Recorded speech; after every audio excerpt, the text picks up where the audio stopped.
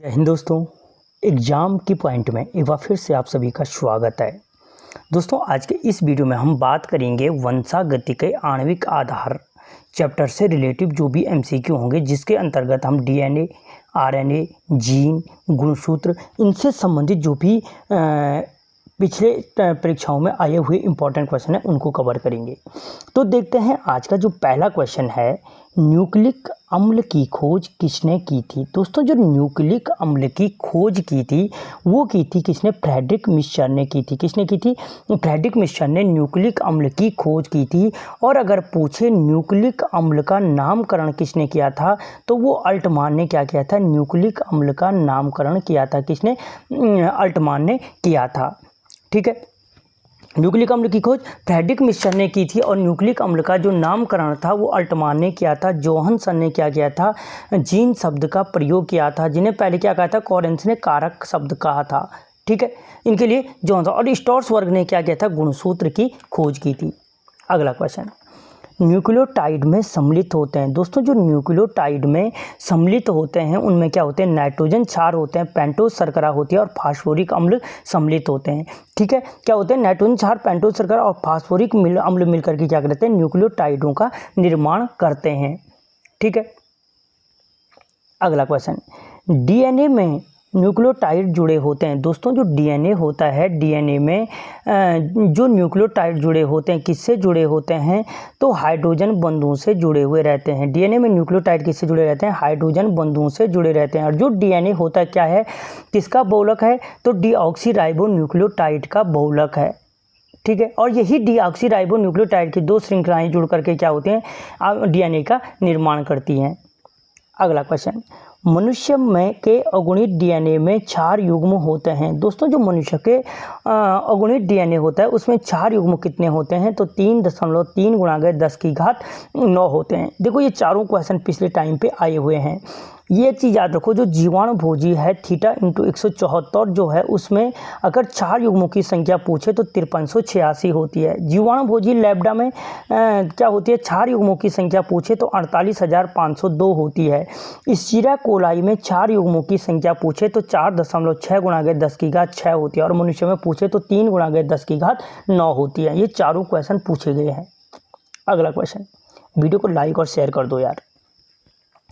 Purine व pyrimidine होते हैं। दोस्तों जो प्यूरिन और पैरिमिडीन होते हैं वो क्या होते हैं? तो नाइट्रोजन क्षार होते हैं। मैंने अभी ऊपर आपको बताया था कि जो न्यूक्लियोटाइड होते हैं नाइट्रोजन क्षार, पेंटोज शर्करा और फास्फोरिक अम्ल से मिलकर बनते हैं। तो ये नाइट्रोजन क्षार होते हैं। ये दो प्रकार के होते हैं। कौन कौन से? एक होते हैं प्यूरिन और एक होते हैं पैरिमिडीन होते हैं। अगला क्वेश्चन, पिरिमिडीन या पिरिमिडाइन के अंतर्गत या पैरिमिडीन के अंतर्गत नहीं आता है। तो मैंने कहा जो नाइट्रोजन क्षार होते हैं वो प्यूरिमिडीन और प्यूरिन्स और पैरिमिडीन्स में बांटे गए हैं। और इसने कहा कि इसमें से पैरिमिडीन्स कौन सा नहीं है? तो इसमें से जो पैरिमिडीन नहीं है वो ग्वानिन नहीं है। जबकि यूरेसिल जो आरएनए में पाया जाता है, साइटोसिन और थाइमिन, ये तीनों के तीनों क्या हैं? पैरिमिडीन के अंतर्गत आते हैं। ठीक है, जबकि एडेनिन और ग्वानिन, जो एडेनिन और ग्वानिन है वो क्या है? प्यूरिन्स के अंतर्गत आते हैं। अगला क्वेश्चन, आरएनए में थाइमिन के स्थान पर पाए जाने वाला नाइट्रोजन बेस है। आरएनए में थाइमिन के स्थान पर कौन सा नाइट्रोजन बेस पाया जाता है? यूरेसिल पाया जाता है। आरएनए में थाइमिन के स्थान पर कौन सा नाइट्रोजन बेस पाया जाता है? यूरेसिल पाया जाता है। कहने का मतलब है आरएनए में क्या नहीं होता है? थाइमिन नहीं होता है।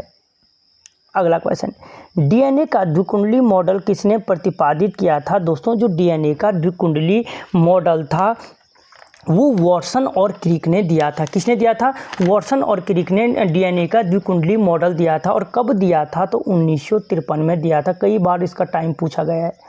ठीक है, अगला क्वेश्चन जो मोस्ट इंपॉर्टेंट बन सकता है, डीएनए द्विकुंडली मॉडल के लिए वॉटसन और क्रिक को नोबेल पुरस्कार दिया गया। दोस्तों जो डीएनए का द्विकुंडली मॉडल दिया था किसने? वॉटसन और क्रिक ने दिया था। कब दिया था? मैंने थोड़ी देर पहले बोला 1953 में दिया था। इस कार्य के लिए इनको जो नोबेल पुरस्कार दिया गया था 1962 में दिया गया था। ठीक है, उन्होंने मॉडल 53 में दिया और 1962 में इस कार्य के लिए नोबेल पुरस्कार दिया गया था। अगला क्वेश्चन, चार गाफ के नियम के अनुसार दोस्तों जो वॉटसन और क्रिक ने द्विकुंडली मॉडल दिया था, उसके संबंध में डीएनए के संबंध में एक सूत्र का प्रतिपादन किया इन्होंने, जिसे चार गाप का नियम कहते हैं। और इस चार गाप के नियम के अनुसार, ठीक है, इस चार गाप के नियम के अनुसार क्या होता है। इस क्वेश्चन गलत बना है, ठीक है, अभी देख लेते हैं क्या है। पहला है adenine plus guanine is equal to thymine plus cytosine. अच्छा, के नियम के अनुसार, अच्छा ठीक है।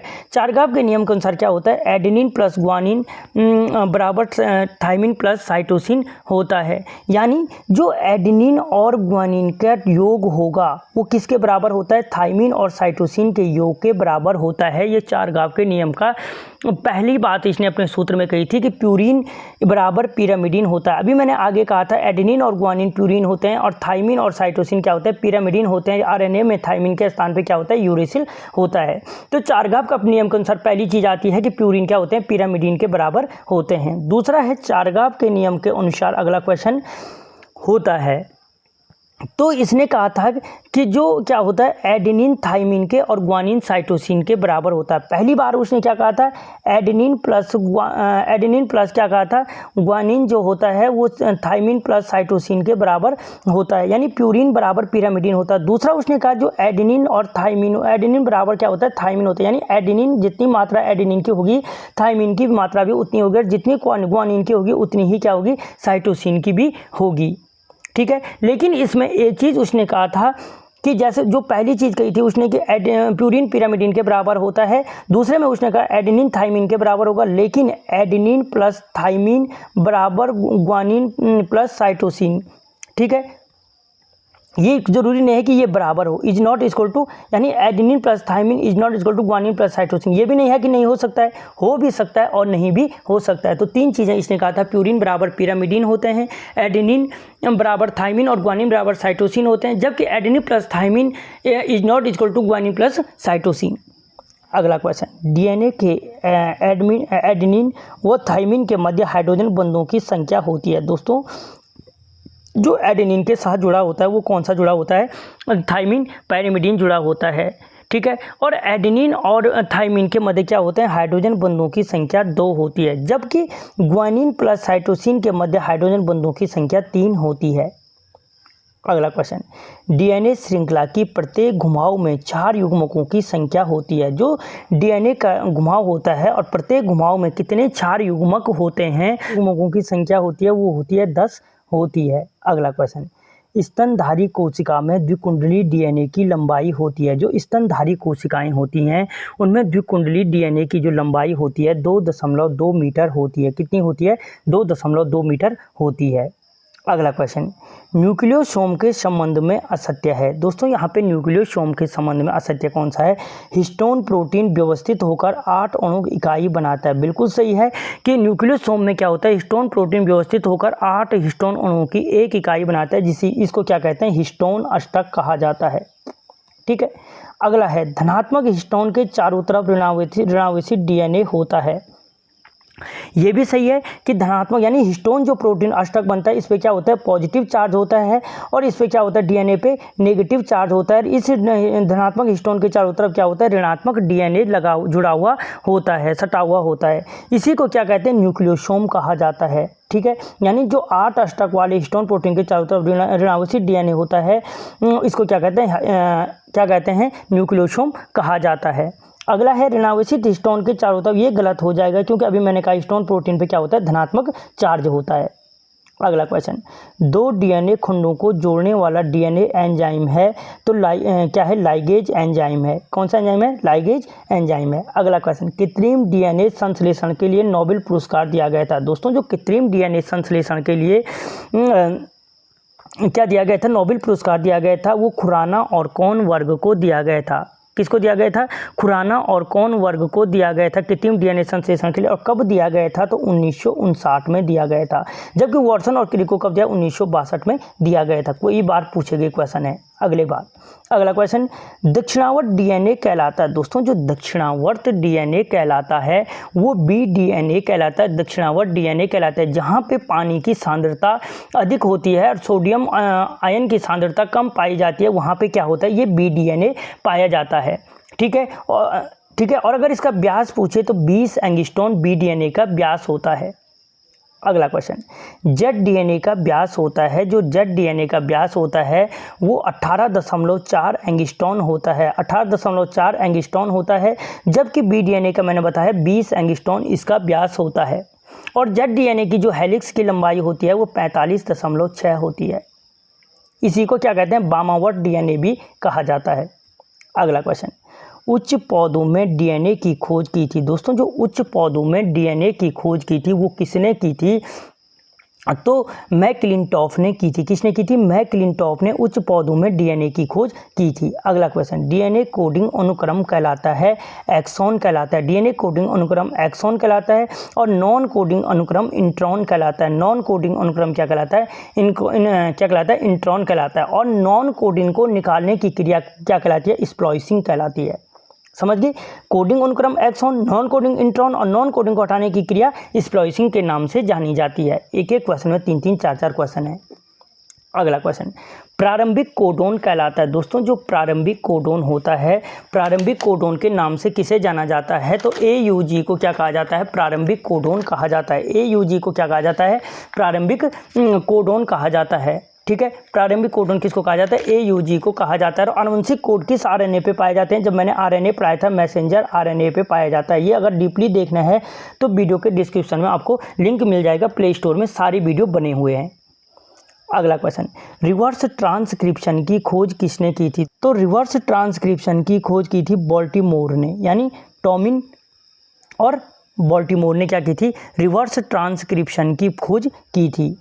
अगला क्वेश्चन, मोनोसोमिक जीन का सूत्र होता है। दोस्तों जो मोनोसोमिक जीन होता है उसका सूत्र होता है 2n-1 होता है। अगर डबल मोनोसोमिक बोलेगा तो 2n-1, तो मोनोसोमिक हो गए, डबल बोला तो 2n-1-1। ट्रिपल मोनोसोमिक बोलेगा 2n-1-1-1, 3 बार -1 आएगा। तो यह समझ लो मोनोसोमिक का मतलब है गुणसूत्रों की संख्या क्या होगी, जीन की संख्या कम होगी। अगला क्वेश्चन,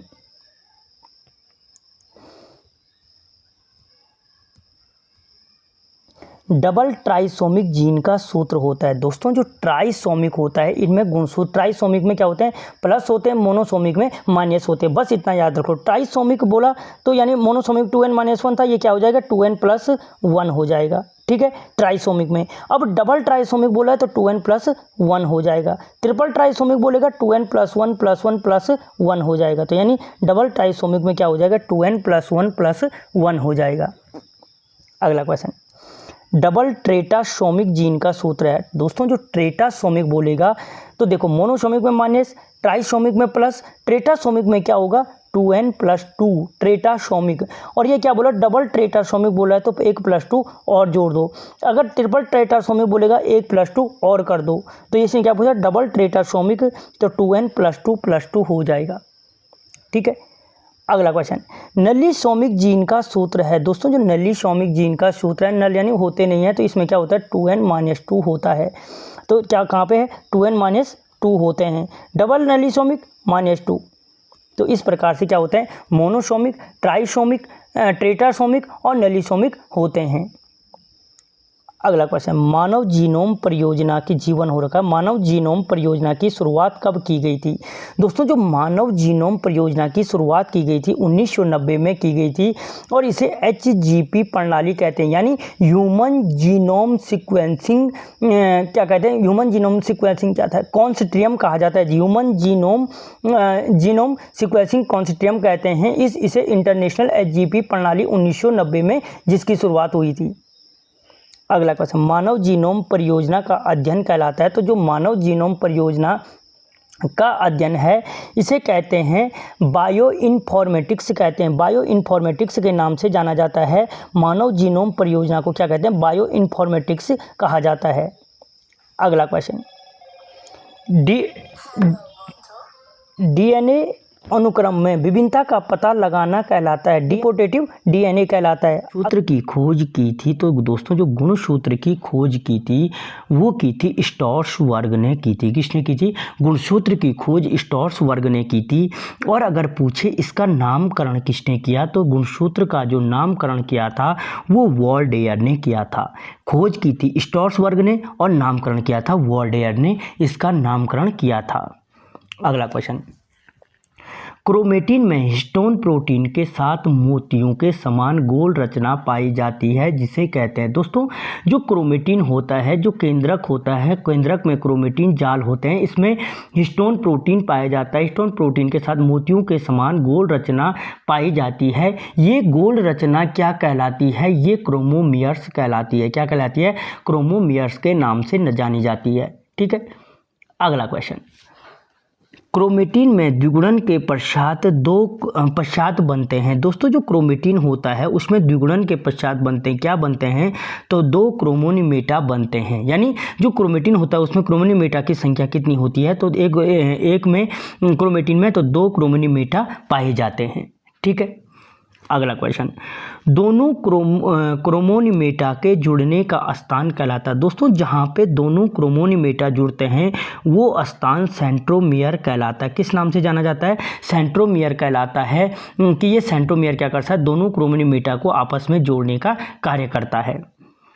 अगला क्वेश्चन, गुणसूत्रों में गांठों के समान उभार हो रखा है, उभार कहलाता है। दोस्तों जो गुणसूत्र होते हैं, गुणसूत्रों में जो गांठों के समान उभार होते हैं वो क्या कहलाते हैं? तो गुणसूत्रों में जो गांठों के समान उभार होते हैं वो सैटेलाइट कहलाते हैं। क्या कहलाते हैं? सैटेलाइट कहलाते हैं। और अगर पूछा जाए कि गुणसूत्र का सबसे छोटा भाग कौन सा है, तो अगर पूछे गुणसूत्र का क्या सबसे छोटा भाग, तो उस गुणसूत्र का सबसे छोटा भाग भी कौन होता है? ये सैटेलाइट होता है जो गांठों के समान होता है।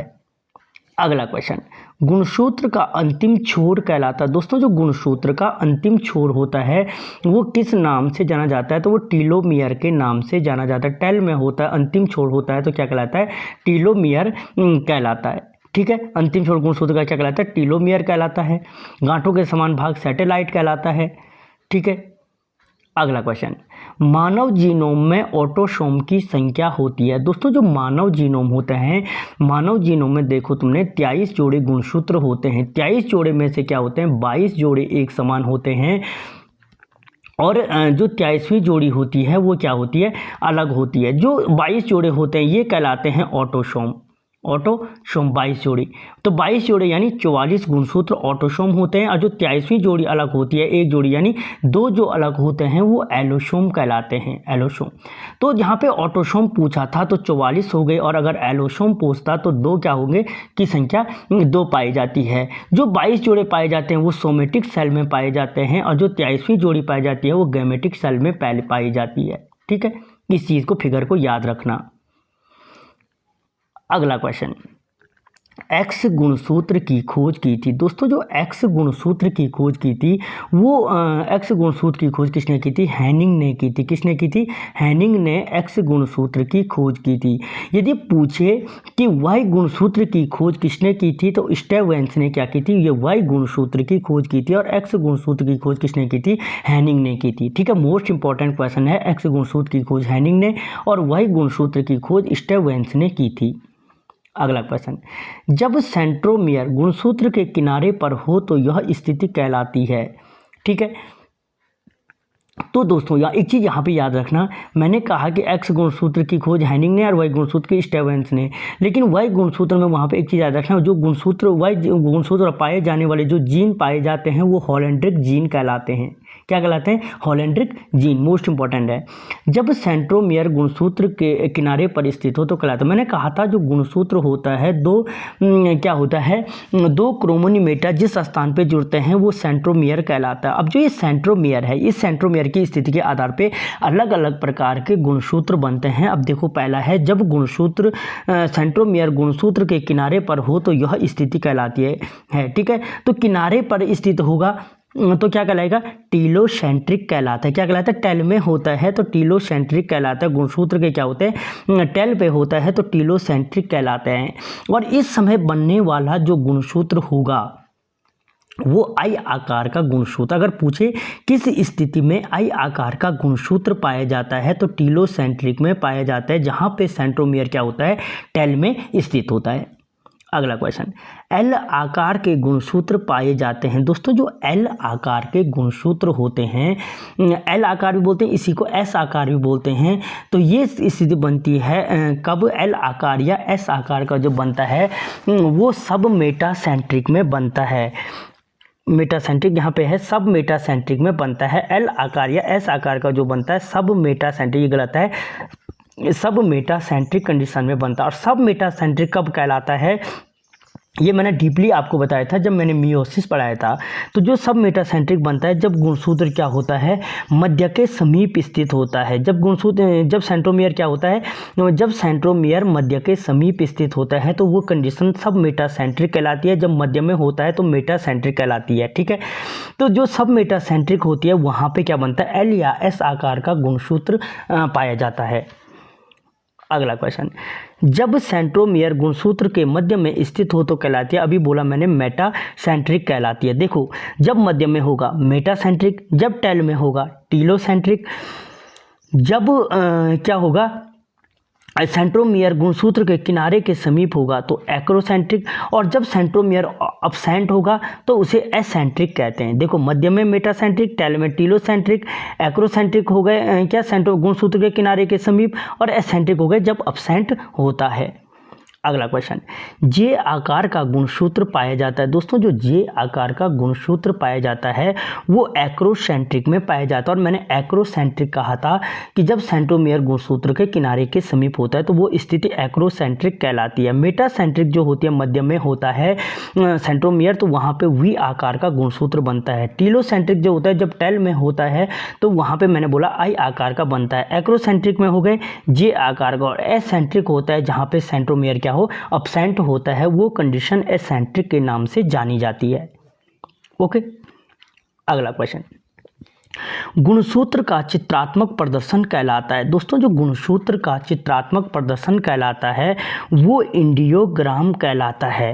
वो क्या कहलाता है, इंडियोग्राम कहलाता है। जब गुणसूत्र का क्या होता है, चित्रात्मक प्रदर्शन कहलाता है, इंडियोग्राफ कहलाता है, ग्राम नहीं, इंडियोग्राफ कहलाता है।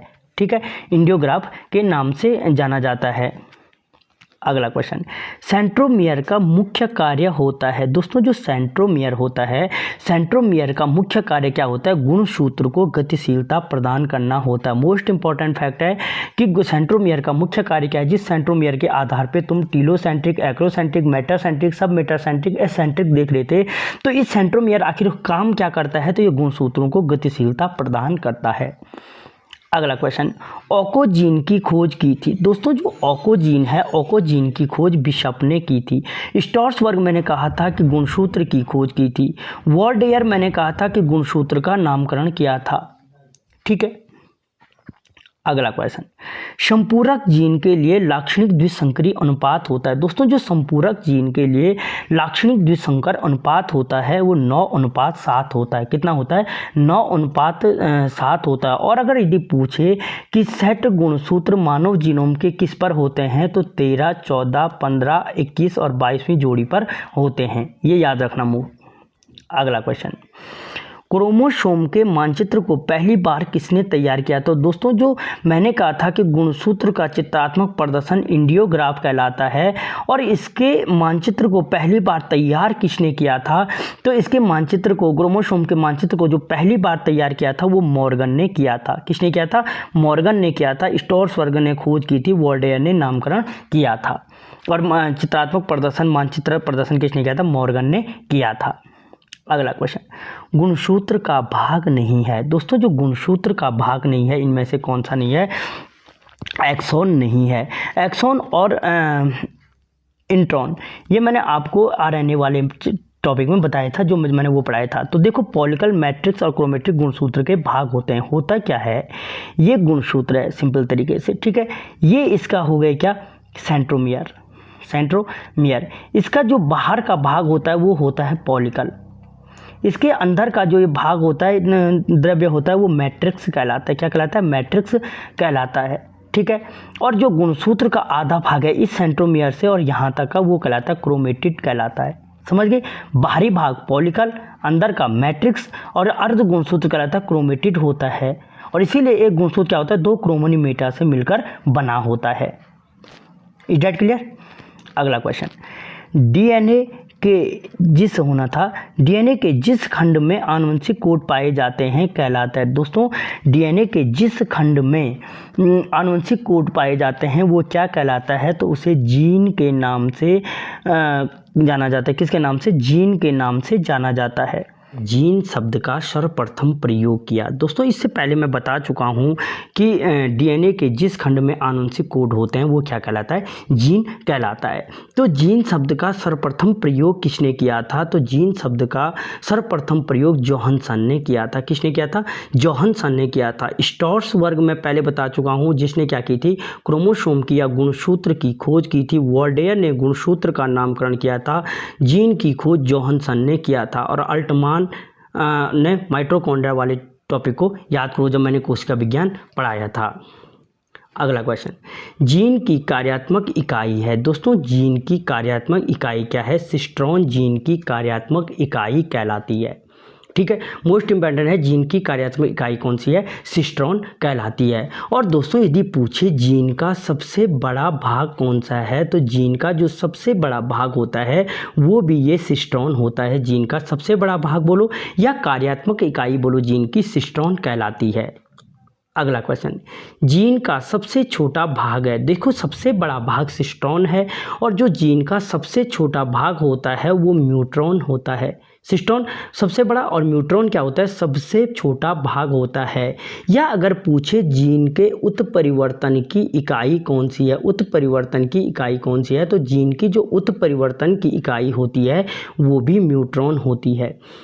कार्यात्मक इकाई सिस्ट्रॉन और उत्परिवर्तन की इकाई कौन सी होती है, न्यूट्रॉन होती है। सिस्ट्रॉन सबसे बड़ा भाग होता है और न्यूट्रॉन क्या होता है, सबसे छोटा भाग होता है।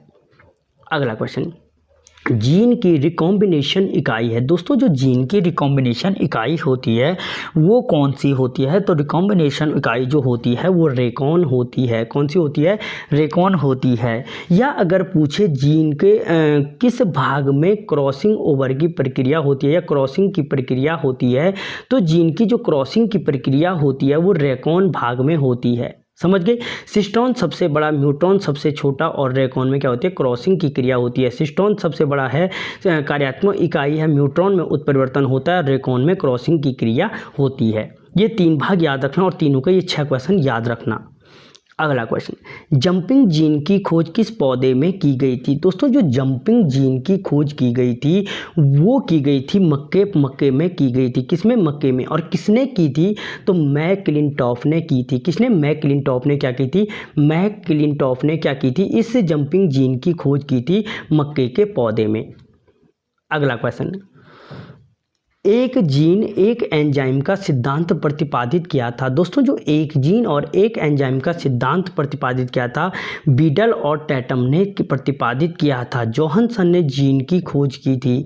स्टोर्सबर्ग ने गुणसूत्र की खोज की थी। वर्डेयर ने गुणसूत्र का नामकरण किया था। अगला क्वेश्चन, एक पीढ़ी से दूसरी पीढ़ी में लक्षणों का हस्तांतरण करते हैं, तो जीन क्या करते हैं, एक पीढ़ी से दूसरी पीढ़ी में लक्षणों का हस्तांतरण करते हैं। और ये क्या होते हैं, डीएनए के खंड, जिस खंड में आनुवंशिक कोड होते हैं वो क्या कहलाते हैं, जीन कहलाते हैं।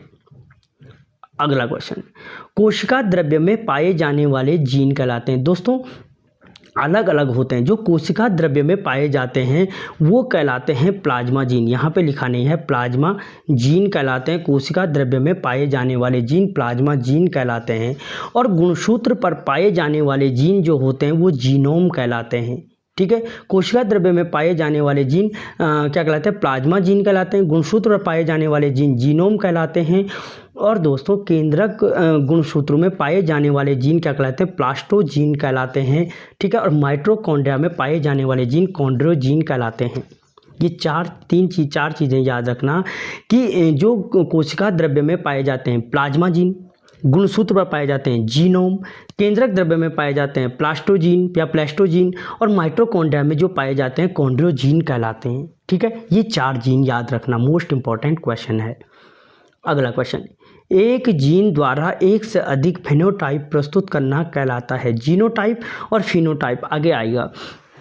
तो एक जीन द्वारा एक से अधिक फिनोटाइप जो क्या होता है फिनोटाइप प्रस्तुत करना कहलाता है। तो जो भी प्रस्तुत करना कहलाता है वो पॉलियोट्रॉपी कहलाता है। क्या कहलाता है, एक जीन द्वारा एक से अधिक फिनोटाइप प्रस्तुत करना कहलाता है, पॉलियोट्रॉपी कहलाता है। या इसी को बहुप्रभाविता भी कहा जाता है, हिंदी में बहुप्रभाविता कहते हैं। कम आता है इसलिए पॉलियोट्रॉपी ही याद रखना, बहुप्रभाविता या पॉलियोट्रॉपी कहते हैं। अगला क्वेश्चन, गुणसूत्र पर जीन डॉट डॉट क्रम में व्यवस्थित होते हैं। दोस्तों जो गुणसूत्र पर जीन होते हैं वो रेखीय क्रम में व्यवस्थित होते हैं। किस क्रम में व्यवस्थित होते हैं अगर पूछा जाए तो रेखीय क्रम में व्यवस्थित होते हैं। अगला क्वेश्चन, जीन की एक स्थान से दूसरे स्थान पर हस्तांतरित होने की क्रिया कहलाती है। दोस्तों जीन की जो एक स्थान से दूसरे स्थान पर हस्तांतरित होने की क्रिया कहलाती है वो ट्रांसपोजिशन कहलाती है। ट्रांसपोजिशन कहलाती है, ठीक है। जीन के एक स्थान से दूसरे स्थान पर हस्तांतरित होने की जो क्रिया होती है वो ट्रांसपोजिशन कहलाती है। और वह प्रक्रिया जिसमें गुणसूत्र कई खंडों में टूटता है और फिर आपस में जुड़ जाता है उस क्रिया को ट्रांसलोकेशन कहते हैं। देखो दो चीज़ें हैं, एक जहाँ पर अलग अलग टूटकर जहाँ पे क्या होगा एक स्थान से दूसरे स्थान पर हस्तांतरित होगा वो कहलाएगा ट्रांसपोजिशन यानी अपनी स्थिति को बदलना। और ट्रांसलोकेशन कहलाएगा कई खंडों में टूटता है और फिर आपस में जुड़कर एक गुणसूत्र का निर्माण करता है। एक जीन का निर्माण करता है, वो स्थिति कहलाती है ट्रांसलोकेशन कहलाती है। ट्रांसपोजिशन एंड ट्रांसलोकेशन दो अलग अलग चीज़ें होती हैं। अगला क्वेश्चन, क्रोमेटिन में डीएनए और आरएनए का प्रतिशत होता है। दोस्तों जो क्रोमेटिन होता है, क्रोमेटिन में क्या होते हैं, जो केंद्रक में केंद्रक द्रव्य होता है वहाँ पे जो क्रोमेटिन होता है उस क्रोमेटिन में याद रखना कि हिस्टोन प्रोटीन होता है, डीएनए होता है और डीएनए होता है और आरएनए होता है। इसमें 85% क्या होता है, हिस्टोन प्रोटीन होता है, 5% डीएनए होता है और 10% आरएनए होता है। इन तीनों को याद रखना, 85% हिस्टोन प्रोटीन, 5% डीएनए और 10% आरएनए होता है, यानी 5 और 10% का अनुपात होता है। अगला क्वेश्चन, गुणसूत्र में धागे नुमा संरचना कहलाती है। दोस्तों यहाँ पे क्या होता है, जो गुणसूत्र में क्या होती है कि गुणसूत्र में जो धागे नुमा संरचना कहलाती है वो क्रोमेटिन कहलाती है। गुणसूत्र में धागे नुमा संरचना क्या कहलाती है, क्रोमेटिन कहलाती है, ठीक है। तो दोस्तों जो क्रोमेटिन होता है उसमें यहाँ आगे होगा क्वेश्चन बना है, हाँ, क्रोमेटिन वो मैट्रिक्स के चारों तरफ की झिल्ली कहलाती है। दोस्तों क्रोमेटिन और मैट्रिक्स के जो चारों तरफ की झिल्ली होती है वो पॉलिकल कहलाती है। क्या कहलाती है, पॉलिकल कहलाती है। और जो ये देखो यहाँ पे ये केंद्रक है, इसमें जो गुणसूत्र होते हैं मैंने कहा 85, 10 और 5% का अनुपात होता है, ठीक है। इसमें क्रोमेटिन में क्या होते हैं, जो डीएनए होता है, अगर पूछे डीएनए पे कितने बेस पेयर पाए जाते हैं तो 147 बेस पेयर पाए जाते हैं डीएनए पे और 8 बेस पेयर पाए जाते हैं, लिपटे होते हैं हिस्टोन प्रोटीन पे पाए जाते हैं। धागे नुमा संरचना में बता चुका हूँ क्रोमेटिन कहलाती है, ठीक है। और क्रोमेटिन जो होते हैं मुख्यतः डीएनए और हिस्टोन प्रोटीन के बने होते हैं, ठीक है। क्रोमेटिन और मैट्रिक्स के चारों तरफ की झिल्ली क्या कहलाती है, पॉलिकल कहलाती है। एक एक क्वेश्चन के द्वारा समझाया गया है। पॉलीटीन गुणसूत्र की खोज की गई थी। दोस्तों जो पॉलीटीन गुणसूत्र होता है, पॉलीटीन गुणसूत्र की खोज की थी। तो दोस्तों पॉलीटीन गुणसूत्र की खोज किसने की थी, बियानी ने की थी। जोहानसन ने क्या किया था, जीन की खोज की थी। दोस्तों जो पॉलीटीन गुणसूत्र होता है सबसे बड़ा गुणसूत्र अगर पूछे तो कौन सा है, तो पॉलीटीन गुणसूत्र क्या है, सबसे बड़ा गुणसूत्र होता है। पॉलीथीन हो गया। पॉलीटीन गुणसूत्र की खोज की थी, कहाँ की थी, तो दोस्तों मैंने कहा था बियानी ने की थी। और इसका नामकरण किसने किया था, तो इसका नामकरण कोलर ने किया था। पहली चीज़ कि अगर पूछे पॉलीटीन गुणसूत्र की खोज किसने की, बियानी ने की। इसका नामकरण किसने किया, कोलर ने किया। कहाँ पे इसकी खोज की गई थी, तो लार ग्रंथि डिप्थेरा में क्या की गई थी, डिप्थेरा की लार ग्रंथि में क्या की गई थी, इसकी खोज की गई थी। किसकी, पॉलीटीन गुणसूत्र की, जो सबसे बड़ा गुणसूत्र होता है। अगला क्वेश्चन, गुणसूत्र की संपूर्ण संरचना कहलाती है। दोस्तों जो गुणसूत्र की संपूर्ण संरचना होती है वो कैरियोटाइप के नाम से जाना जाता है। किसके, कैरियोटाइप के नाम से। इंडियोग्राम मैंने कहा था गुणसूत्र का क्या कहलाता है, जो गुणसूत्र का चित्रात्मक प्रदर्शन होता है इंडियोग्राम कहलाता है। और गुणसूत्र का जो मानचित्र तैयार किया था किसने किया था, अगर आपने पहले का देखा है तो मॉर्गन ने किया था। अगला क्वेश्चन, मक्का जिसमें 10 जोड़ी गुणसूत्र पाए जाते हैं उसमें संलग्न समूह की संख्या होगी। दोस्तों अगर मक्के में 10 जोड़ी गुणसूत्र पाए जाते हैं उसमें संलग्न समूह की संख्या भी 10 ही होगी, क्योंकि संलग्न समूह की संख्या जो होती है, समूह की संख्या अगुणित समूह की संख्या के बराबर होती है। संलग्न समूह की संख्या बराबर क्या होती है, अगुणित समूह की संख्या के बराबर होती है। अगला क्वेश्चन, एक उत्परिवर्तित जीव जिसमें आवश्यक यौगिकों को संश्लेषित करने की क्षमता समाप्त हो चुकी है कहलाता है। दोस्तों, कोई भी उत्परिवर्तित जीव जिसमें आवश्यक यौगिकों को संश्लेषित करने की क्षमता समाप्त हो चुकी है वो ऑक्जियोट्रॉप के नाम से जाना जाता है। ठीक है, क्या कहलाता है? ऑक्जियोट्रॉप के नाम से जाना जाता है। जबकि जो कैरियोटाइप होता है, गुणसूत्र की संपूर्ण संरचना कैरियोटाइप कहलाता है। गुणसूत्र का मानचित्रात्मक प्रदर्शन इंडियोग्राम कहलाता है। अगला क्वेश्चन, सर्वप्रथम लिंग निर्धारण का गुणसूत्रीय आधार किस पौधे में ज्ञात किया गया था? दोस्तों, जो सर्वप्रथम लिंग निर्धारण का गुणसूत्रीय आधार ज्ञात किया गया था वो मोलैंड्रिक पौधे में ज्ञात किया गया था। ठीक है, किसमें? मैलेंड्रिक पौधे में ज्ञात किया गया था। और पॉलिटीन गुण की खोज लार्गन डिप्थेरा में की गई थी। अगला क्वेश्चन, मेंडल के नियम का अपवाद है। दोस्तों, जो मेंडल के नियम का अपवाद है, जो हमने क्या पढ़ा था, मेंडलवाद पढ़ा था, वहाँ पे बताया था। तो मेंडल के नियम का जो अपवाद है लिंग सहलग्नता है। लिंग सहलग्नता क्या है? मेंडल के नियम का अपवाद है। अगला क्वेश्चन, सर्वाधिक गुणसूत्र किस पौधे में पाए जाते हैं? तो दोस्तों, जो सर्वाधिक गुणसूत्र पाए जाते हैं किस वर्ग के पौधे में पाए जाते हैं? टेरिडोफाइटा में पाए जाते हैं। और टेरिडोफाइटा के बारे में जब मैंने प्लांट किंगडम बताया था उसको बांटा गया अपुष्पोद्भिद, पुष्पोद्भिद में। अपुष्पोद्भिद को थैलोफाइटा, ब्रायोफाइटा और टेरिडोफाइटा में। तो इस टेरिडोफाइटा में क्या पाए जाते हैं? सर्वाधिक गुणसूत्र पाए जाते हैं।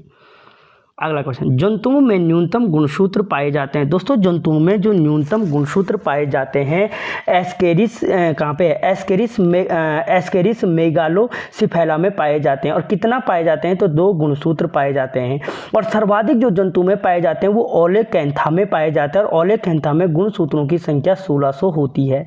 पौधों में बता चुका हूं मैं, सबसे जो पौधों में ज़्यादा पाए जाते हैं वो टेरिडोफाइटा में 1200 पाए जाते हैं। और जो सबसे कम पाए जाते हैं वो कंपोजिटी कुल के पौधा है हैप्लोपैथस ग्रैसिलस, उसमें पाए जाता है। हैप्लोपैथस ग्रैसिलस में पाया जाता है 2 गुणसूत्र। ठीक है, तो जंतु में सबसे कम और पौधों में सबसे ज़्यादा। अगला क्वेश्चन, जंतुओं में एक्स किरण उत्परिवर्तन के लिए नोबेल पुरस्कार दिया गया था। दोस्तों, जंतुओं में एक्स किरण उत्परिवर्तन के लिए नोबेल पुरस्कार किसे दिया गया था? तो एच.जे. मूलर को दिया गया था। किसको दिया गया था? मूलर को दिया गया था। और मूलर ने किस पर प्रयोग किया था? तो ड्रोसोफिला पर किया था। ड्रोसोफिला पर किया था। ड्रोसोफिला पर किया था। ठीक है, एच.जे. मूलर ने ड्रोसोफिला पर एक्स किरण उत्परिवर्तन किया था, जिसके लिए मूलर को क्या दिया गया था? नोबेल पुरस्कार दिया गया था। ठीक है, तो दोस्तों यहाँ पे हमने जीन को क्लियर किया। इससे आगे के क्वेश्चनों को अगले वीडियो में हम कवर करेंगे।